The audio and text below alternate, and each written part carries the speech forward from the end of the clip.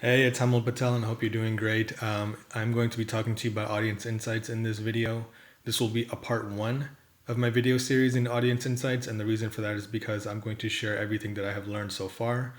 But there's always new things to learn. I'm always experimenting, and I will share the newer things to you in a part two series. In this video, I'm not going to follow a specific product or a specific company as an example. To tell you what I mean by that is in past videos that I've made, I will pick a client that I've worked with or a product that I made up, and then I'm going to do research on that product, and we'll stick with that one thing for the whole video. For this example, I'm not going to do that just because I might not be able to find the best example to give you the best kind of data for that. So I'm just going to kind of go across the board and just give you some good information here. The reason, let me back up real quick. Audience insights. So real quickly, if you don't know what that is, you'll usually wind up in Ads Manager when you go to your ads account, and audience insights is just right there. So when you get there, you'll see something like this. And because I'm in the US, it will automatically take me to something like this. All this information is just preset. I'm targeting 150 to 200 million active people on Facebook. Okay. This audience insights is amazing. It's a treasure trove of information. It is comparison of keywords planner on Google AdWords. When I was using AdWords, and I still use it a lot, of course, but Keyword Planner is like the go-to thing for SEO keywords and everything. Everyone uses it. Everyone tries to make sure that you understand it, like, really, really well, so that you get the best type of information out of it. And that's what I want to teach you in this video, to get the best information out of audience insights. But know one thing, that everyone is using this thing right here. Everyone is looking at audience insights. So my purpose in this video, my goal in this video, is to kind of show you how to do things in a creative way, and to just kind of make you aware of all the different features and things inside of this tool, so that you are one step ahead of the competitors. The reason for that is because if you just find some general information here and you run a campaign, that was probably the same thing that many other people did. There are, I don't know how many millions of advertisers on Facebook. So most likely there are at least, several dozen people who are competing with you at any time. So you want to be really smart about not only, what you're targeting and all that stuff, but overall how much money you're spending on, the advertising, right? So you really want to be aware of what you're looking at specifically, and also what you could do with this tool. So, you have a hammer, you can do a million things with the hammer if you really understand it, inside out. So here is where we are. I'm going to move my face away a little bit. You don't need to see me. So, okay, right off the bat, you have these breakdowns into male and female. First thing I want to talk about is age breaks. So age brackets. When I first started creating Facebook campaigns, I would break up ages just based on, 10 to, or not 10, of course, 20 to 30, 30 to 40, 40 to 50, 50 to 60, right? And that was my clean way of writing the age groups, or breaking up the age groups inside of my Facebook campaigns. But the reason that I changed it to this, I now do it from 18 and 24, exactly like you see right here, 25 to 34. It's just because it correlates, very well to what Facebook is already showing me. So when I do some research, let me just do an example. I'm going to look around and I'm going to find iPhone. I have an iPhone right in front of me. So Mac, or I'm just going to write Mac, see what comes up. Let's write MacBook. Yeah, I'm just going to write this, right? It's some MacBook Pro, information came up. The reason that I do the age brackets in like this is because Facebook is already telling me the information based on 35 to 44 or 25 to 34 ages. So I'm going to take that exact information and then copy paste that into my campaigns. I'm not going to take this information and create a campaign that's from 20 to 30 like I used to do, which is a mistake of mine. Is because I'm spilling into here and I'm spilling into here. So tip number one, this is kind of like a fundamental tip, is to make sure that the ages correlate with what's over here. Just because the actual information that's being provided can be associated in your campaign, right? Number two, and again, a very fundamental tip, but a lot of people, interesting, don't know about this, is this gray area right here is just overall Facebook in general, right? And then this right here is, the color area is what you typed in. So the way you understand this information is, let's say I typed in MacBook Pro, which is right there, And let's say I have a case on my MacBook. So let's say I'm selling a case for potential customers, right?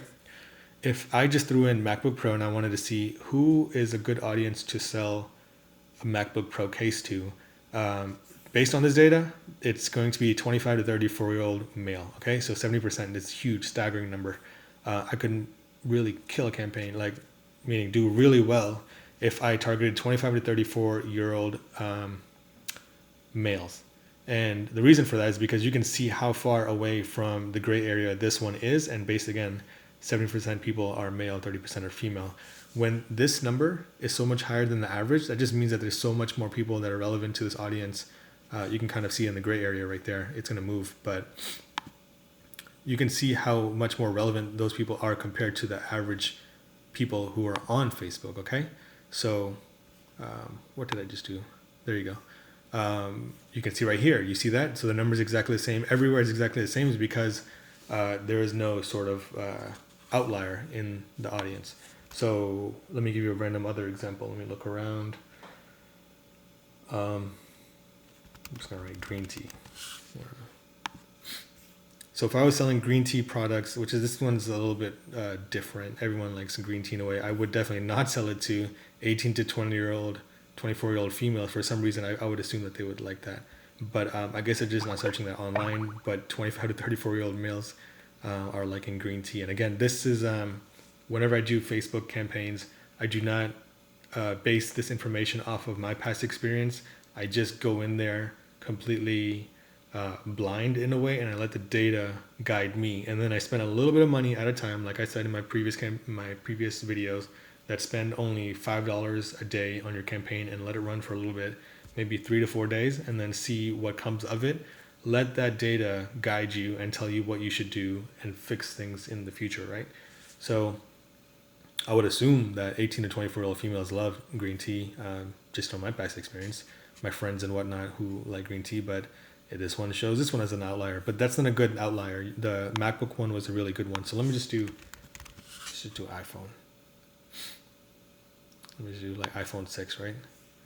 I'm hoping for an outlier. You see these right here? 18 to 24-year-old males, females, young kids love the iPhone, and it's definitely correlated much higher than the gray area. So that's, again, I'm going to end tip number 2. But when you are searching for something, let's say again, like you were selling an iPhone case or a MacBook case, like in the past example, when you see, without putting the ages and gender in there, when you see like a big difference like this, and especially if the difference is between male and female, like in my MacBook example, when it was 70% men who were from 25 to 34-year-old who were connected with that, that kind of means that that's a perfect audience I could target this ad to. Doesn't mean that I can't target to the other one, but I would, if I only had $100 to spend, I would definitely spend like 80 on that one and then 20 on the rest. That's how much, how much importance I would give the other one. So going back, that was tip number 2. Number 3, this is kind of good stuff right here. So when I have set some interest in here and this information changes, and then I think about what kind of ad would I create for these kind of people, you can hover over this and it can kind of gives you a really cool type of like picture of what you can create the ad around. Let me go back and just do the MacBook thing. MacBook Pro. And right here, 70% men, biggest outlier, right? Compared to the other ones. This 35 to 44-year-old females are also a good one too. But I'm just going to run with this one. City mixer. So I would go over here and you can see that these are single urbanites, meaning age of no children in home. They work on a broad spectrum of white collar jobs. So if I was creating an ad, I might pick a picture of a single guy who has a white collar job, and I might create a picture again with like promoting a case to him or something, right? Kind of helps you visualize what kind of ad would resonate with them the best. The next one would be like a career builder. So again, 25 to 34-year-old young guy who is a single person who's building his career. So the picture that would resonate with him, would be just that. So this is very helpful right here as far as lifestyle, and you can see the the correlation to it. So I would go from the top to the bottom and see what is the best tips out there. Or again, right here, you can see single, the education level, all that kind of stuff, what kind of jobs they have. So for example, again, the MacBook pro case of, I can relate it to the IT technical person, computer mathematics, these kind of people, and they will buy if that picture is really relevant to them, right? So so that's tip number 3. Let me go into page likes. That's a really important one. So let me see if this one's helpful. When you have an audience that is when I put in an interest and you have an audience that's over 100,000 people, what Facebook does is gives you a lot more options, so you can kind of go down the rabbit hole and see a lot more things that are interesting, right? So here's 2 different tips for this area. Tip number 1 is if you pick an interest right here, like MacBook Pro, and you come over here, these things should be 90 or even 80% related to the main topic. So we have MacBook Pro, yes. Apple, yes. TechCrunch, sorta. Photoshop, yeah, sorta. Apple, yes. Steve Jobs, yes. Google, sorta. App Store, yes. GoPro, sorta. iTunes, yes. So for the most part, there was 1, 2, 3, I think, 4 that were somewhat not related. But the reason that this is kind of important to go over is that if you're advertising in this group, you want to make sure that this is kind of relevant to the group, to the main thing, is because it just kind of tells you that the group is like focused on one specific thing and not like spread out everywhere. So I'll give you one example that might be like spread out everywhere. I'll just put like watch Walmart, which I see like right over here. So Walmart has a huge audience, 35 million people.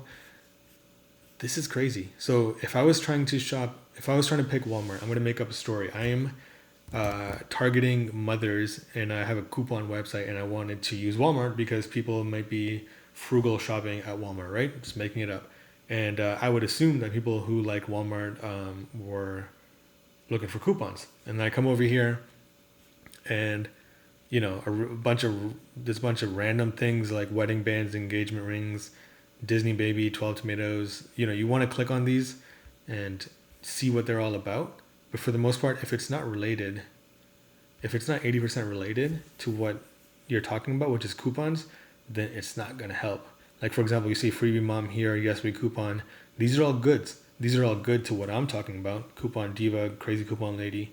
But if it's like 40% relevant and the rest of it is about like fashion and like JCPenney, these are not coupon places. Dollar General might be, but like, do you know what I mean? It's not going to be helpful. So if you put in a group, which let me put in one that's very different.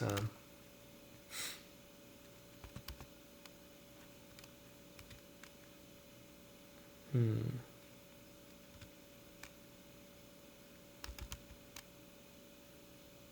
can't even think of one right now. NFL and CBS. I'm just gonna make it up. And if you're targeting like football T-shirts and stuff like that, this is a good one actually. So you are selling T-shirts, football T-shirts, and you thought NFL on CBS. People who are fans of that, you could sell football T-shirts. And if you go through everything and you see a lot of T-shirt selling companies, then it would be perfect fit. And then if you come over to Dem Graphics and you can see that a huge outlier again is 25, 34-year-old men, then you have a really good audience. So that's tip number 1, is to kind of use this right here, put in a group or an interest that you want to target, and then make sure it qualifies by being all this stuff is 80% like the same and it's not all like spread out there. If it's spread out, that means, the NFL group might be about NFL, but it might be about so many different things. Because just like, for example, my phone, it could be about apps, it could be about the cases, and it could be about the cover in the front, like the little plastic cover thing in the front, and it could be about like organization of the apps or whatever it is. It could be about a million things, but if I'm only selling apps and I find a group that's really, really relevant to that, that will help. So I'm going to stop about that. The next tip is kind of talking about going further down the rabbit hole. So number 1 tip over here in the interest in the page likes was to qualify the interest in the first place, right? The next thing is to use the interest in the first place to find even more. So let's say, for example, NFL and CBS, and I'm going to find another t-shirt company right here. So you see like the 47 brand. So what I can do is now further my list and keep adding. So you see that was a sports wear company. So I'm using their audience to advertise even more and to build my audience even bigger, 2.5 to 3 million people. and I can go to see all, and I can see again, it says clothing right here. So I can come over and lids right there, right? That's clothing. I mean, it's hats, but it works. Lids. So I can go down and further, and my audience will get bigger and bigger. So that's another way. New era cap. New era cap. And there it goes, 3.5 to 3 million to 3.5 million people. That helps you get further and further more defined, and you can keep adding and adding information as you please. Just know that sometimes when you see something here and you put it into the interest and it doesn't come up, that means these are all groups. Now, these are all groups that you can click on and you can use them as a resource for context. And I'll get into that in 1 second. Let me go back to here. Some of these groups are either private or they're just smaller where you cannot put them in here and advertise on them. I've done this research before where I try to figure out why can I not advertise to this group audience, and Facebook has no real good reason. People try to figure out, like, just guesstimate that, if it's below 50,000 group members, it's just too small of an audience, or just some of them are just private. The short answer is that if you cannot advertise to a certain group here and you really want to advertise to them, the only way you can do so is to be an admin of that group. So you can kind of, join the group. This is a page, but some of them might be groups. You can join the group and you can build your way up and become an admin of that group, and then you can advertise to them. So, if you really find a group that you want to be advertised to, that's the best way to do it.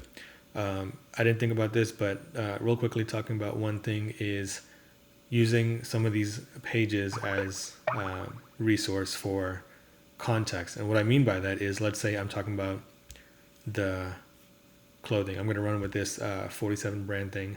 Let's say I'm selling NFL jerseys and I want to figure out what is the best kind of picture to use, what is the best kind of wording to use, all that kind of stuff for the ad that I'm about to create.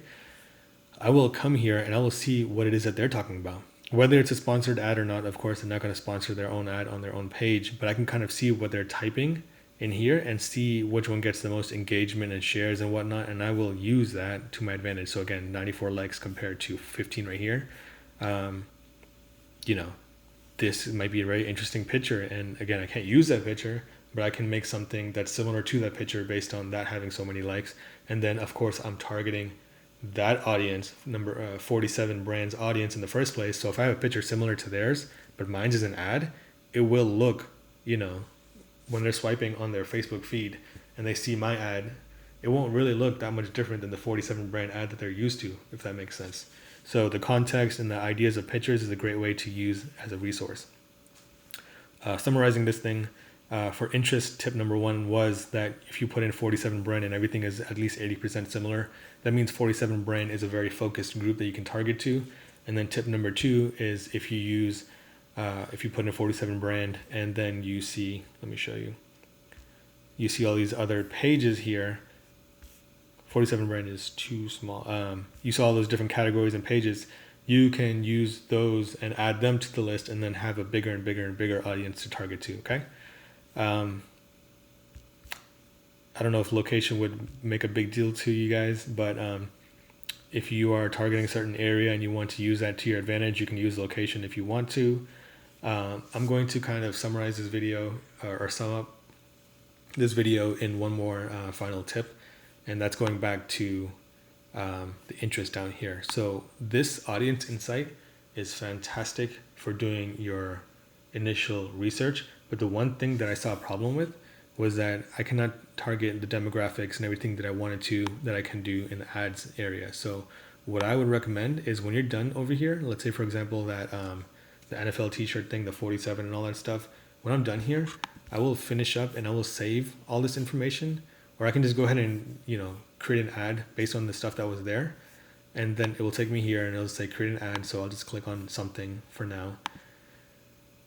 And this audience will be filled up with all the stuff, the interest that I had before. But the main thing is that over here, you can browse and you can target audiences. Like for example, if I wanted to target those 25 to 34-year-old guys that were interested in the NFL t-shirts, just to make it up. I also maybe wanted to make sure that they were parents, so that of newborns. So the NFL t-shirt that I'm selling is like a onesie or something for a baby, right? So they have all this interest in there, and then I also have the fact that they're parents of newborns, or new parents of 0 to 12 months. This is super targeting. So what you want to use Audience Insight for is the initial research of the Facebook pages, the groups. Look at all these charts and everything based on the tips that I gave you, and then create your ad, and then come in here and use the detailed targeting to add in the other qualifications. So you guys know that I told you in the past about the narrowing of the audience. So in here, I'm going to kind of do this real quickly. 47 brand. And then it's going to give me suggestions. I'm just going to go ahead and add whatever's in here. Hats. We're talking about hats, right? So let's just say I have hats for kids, right? It's a baby's hat, but it's sports related. You have these brands, and then it narrows down. And again, these are NFL hats. So they have to be, that's employers. So just make sure, you don't make that mistake. These people have to be fans of the NFL. They could be working for NFL. That's fine too. But they have to be interested for the most part in the NFL, not working for them. And you can see my audience is 5.9 million people. Now, let's say again, what I'm selling to them is, a hat for a child of an NFL football team. So the demographics have to match that. So they have to be parents of a baby that's less than a year old. And look at my audience, 73,000 people that I can advertise a picture of a hat for a child to, and they would love to buy that, right? So it's super targeted, and it's really awesome. And again, that ad could be for that 25 to 34-year-old guy, and it might show a picture of a baby that's relevant to him, and the messaging will all be relevant. So I'm gonna end part 1 of Audience Insights. Just know that when you're done doing the Audience Insights research, really go into it, really go deep into it. There's a lot of stuff you can learn from this that I haven't shown you on here. But when you end it, make sure when you're done, when you create the ad, is to come back here and really refine your ad and make sure that, for example, people are not looking for socks. This is just a random thing in there, but make sure that these people are not interested in buying a sock or something, or whatever the case is, interested in socks. And that just removed 1,000 people from there too. So hope this video opened your mind to what is possible. Make sure to like this video if you appreciate my time in making it, and make sure to ask me questions so I can make another video that is either relevant to this or something a little bit different. Okay, have a good one. Take care.